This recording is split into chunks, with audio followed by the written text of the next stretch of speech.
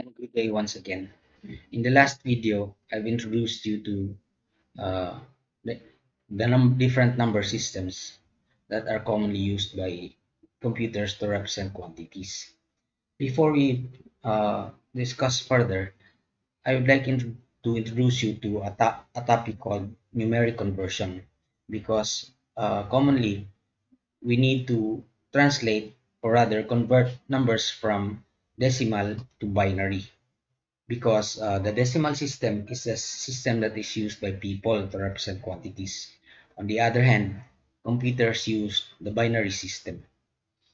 So an important topic that is used in introduction to computing is conversion of positive numbers in order for us to be able to represent quantities the way computers do. There are many ways to convert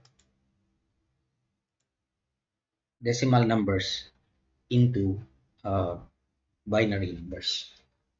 One popular way is done manually by using a repetitive modulo process. A modulo is a division which outputs the remainder as uh, as the result. You can do this manually by getting the remainder continually dividing a number, okay, by 2 and recording its remainder until the quotient becomes 0. We can use Excel continually by using the division operation. And the value is the concatenation of the remainders in the reverse order. For example, let's use Excel.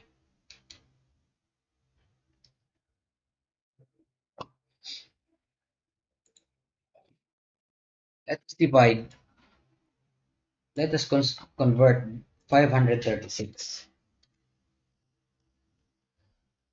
from decimal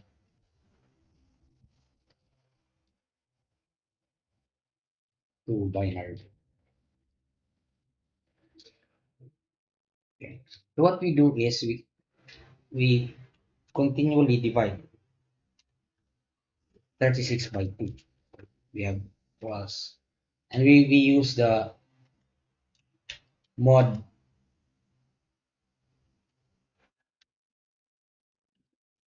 operation.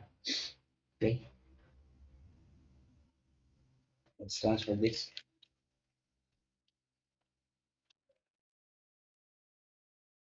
It's the quotient, it's the remainder. Okay. So we have 268. We divide this because this is non-zero, and we just copy the formula for computing the quotient and the remainder. And now we have 134 as our quotient and 0 as our remainder. Now, in we continue dividing 134 because it's not yet 0. We will stop until it becomes 0. We have 67, so therefore we'll divide it again. Okay, we have 33.5, okay, or 33, which has a remainder of 1. We'll only divide the integer part. Okay, so we have 16.5, which is a remainder of 1, and then we'll have 16. Okay, the result is 8. We'll have a remainder of 0. We'll have 8. Okay, we'll have, which is a quotient of 4 and a remainder of 0. And then continue 4 again, which has 2, and we'll have a remainder of 0. And we continue to 2. We'll have 1, which is a remainder of 0. And then we'll have 1, which is now 0, which has a remainder of 1.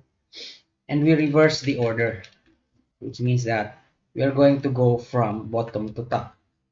In this case, the number is 1. We're going up. 1, 2, 3, 4. 4 zeros. 1,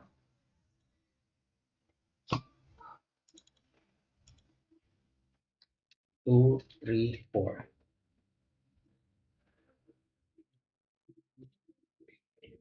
We have four zeros, we have two ones,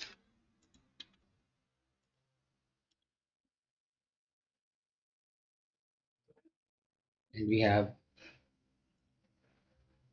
three zeros.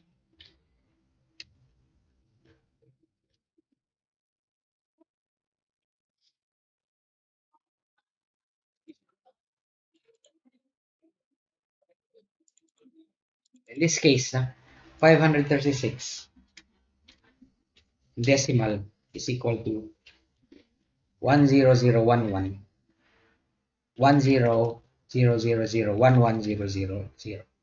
We can double check this by computing the values, by assigning the different place values. For example, we know that the place value of this is 1 and this is 2. So we just assign the place values by continually dividing, or rather multiplying by 2.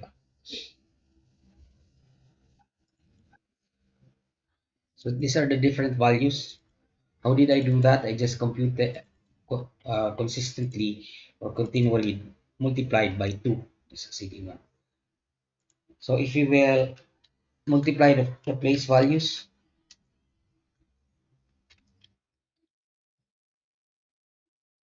that's what we have, and we sum them together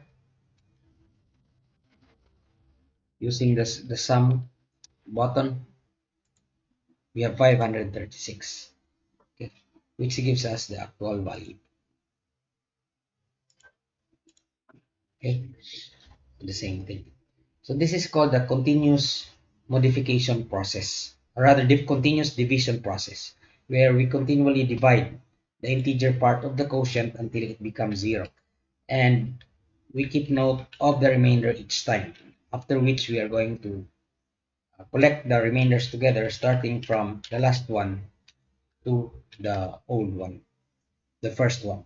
So we reverse the order and we get the, the result.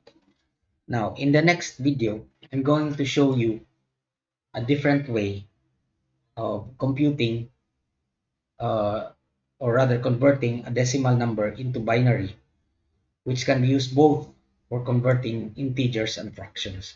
It's called pick, mark, and subtract. So bye for now and see you in the next video.